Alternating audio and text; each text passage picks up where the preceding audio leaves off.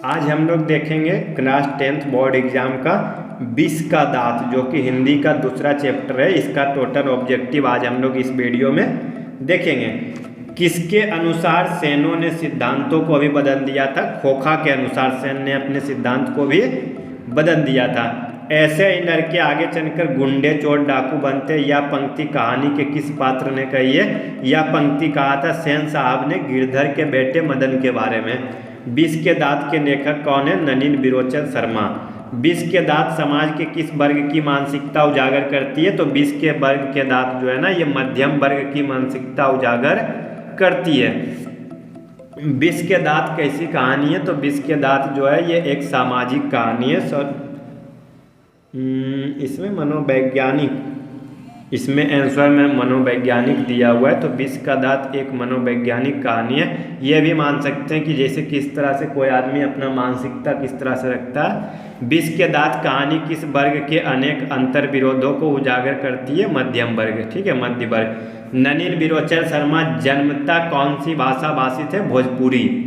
नलिन बिरोचन शर्मा का जन्म कहाँ हुआ था? पटना में, क्योंकि बिहार में जन्म हुआ था और बिहार में भोजपुरी, ठीक है, बिहार में सबसे अधिक बोली जाती है। नलिन बिरोचन शर्मा का जन्म कब हुआ था? 1916 ईस्वी में हुआ था नलिन बिरोचन शर्मा का जन्म। नलिन बिरोचन शर्मा जी का माता जी का क्या नाम था? रत्नावती शर्मा। लेखक ने MA किस विश्वविद्यालय से किया? पटना विश्वविद्यालय, क्योंकि उनका जन्म भी हुआ था पटना में, सो उन्होंने पटना से अपना विश्वविद्यालय MA किया था। नलिन बिरोचन जी की मृत्यु कब हुई थी? 1961। देखिए, इससे याद रखिएगा 1916 में उनका जन्म हुआ था और 16 को उल्टा कर दीजिए, 1 तो हो गया 1961।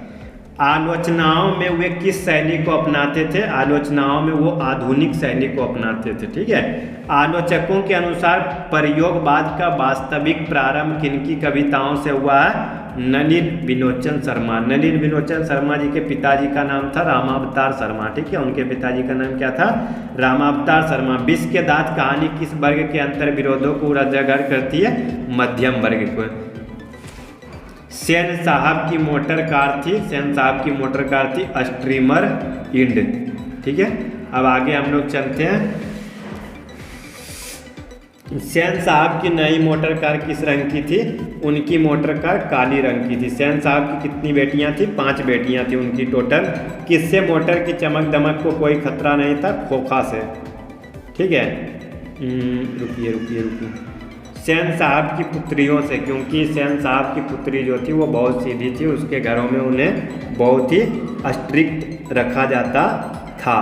सेन साहब के पुत्रियों में से एक थी आरती।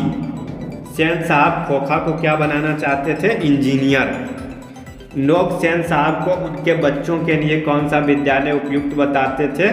किंडरगार्टन स्कूल, क्योंकि बच्चों के लिए तो यही होता है, किंडरगार्टन स्कूल। मदन के पिता का नाम क्या था? गिरधर लाल। सेनों ने अपने सिद्धांत को क्यों बदल दिया?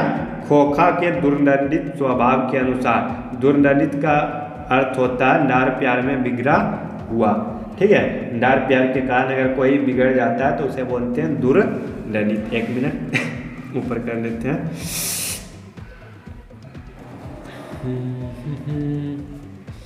अब आगे चलते हैं 26। सेन साहब अपने पुत्र को क्या बनाना चाहते थे?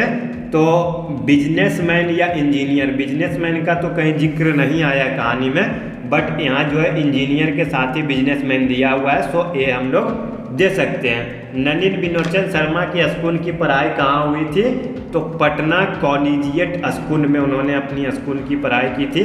मदन ने कासू के कितने दांत तोड़ दिए? तो मदन ने कासू के 2 दांत तोड़ दिए थे। जब अंत में दोनों के बीच लड़ाई हुई मदन और खोखा के बीच में, तो मदन ने एक फैट मारकर कासू के 2 दांत तोड़ दिए थे। खोखा किसको कहते हैं? खोखा बोलते हैं कासू को, ठीक है। कासू जो था उसका बेटे का नाम था, उसी को बोलते हैं खोखा।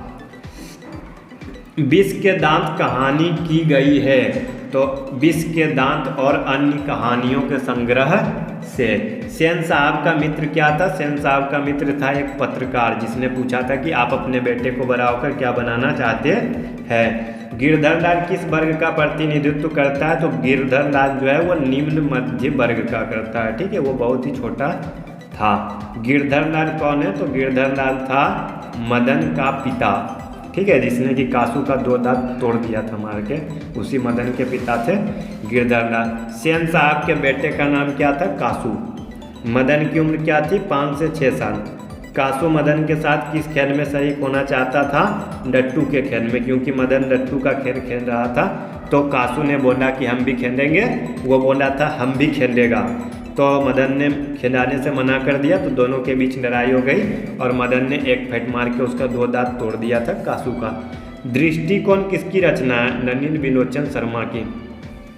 लड़कियां क्या है? कठपुतलियां हैं। किसे इस बात पर गर्व है? माता पिता को। यानी लड़कियां जो थी ना, सेन साहब की जो बेटियां थी, वो उनके हाथ की कठपुतलियां थी, वो जो बोलते थे वो सुनते थे, और इससे उनके माता पिता को अपनी बेटियों पर बहुत गर्व था कि वो हमारी कठपुतलियां है। मोटर कार को किससे खतरा हो सकता था? खोखा से। ठीक है। सेन साहब ने किसे खूब फटकार लगाए? गिरधर लाल को। जब मदन ने थोड़ा सा गाड़ी में स्क्रैच ला दिया था, और इससे क्या, तो फिर सेन साहब ने गिरधर लाल को खूब फटकार लगाई थी। अब आगे हम लोग चलते हैं। कौओं की जमात में शामिल होने के लिए कौन लड़क गया? हंस। कौआ बोला गया है मदन और उनके दोस्तों को, और हंस बोला गया है यहाँ पे कासू को, यानी खोखा को। मदन अक्सर किसके हाथों से पीटता था? अपने पिताजी के हाथों से, पिता के हाथों से। खोखा को ट्रेनिंग देने के लिए घर पर कौन आता था? बढ़ई। ठीक है, उनके यहाँ जो काम करता था बढ़ई, वो आता था खोखा को ट्रेनिंग देने के लिए। सेन दंपत्ति खोखा को क्या बनाना चाहते थे? इंजीनियर। ठीक है। सेन साहब की कार को किससे खतरा था? खोखा से। मदन किससे उलझ रहा था? कासू से। मदन के पिता का नाम क्या था? गिरधर लाल। ये बुक में 2-3 बार एक ही ऑब्जेक्टिव को दिया गया। तो चलिए, और भी बढ़िया है, अगर आप देखते हैं तो क्या रिवीजन भी हो जाता है। तो आज एक्सरसाइज 2 समाप्त हो गया। अगले वीडियो में मिलेंगे एक्सरसाइज 3 के ऑब्जेक्टिव के साथ। धन्यवाद। जय हिंद।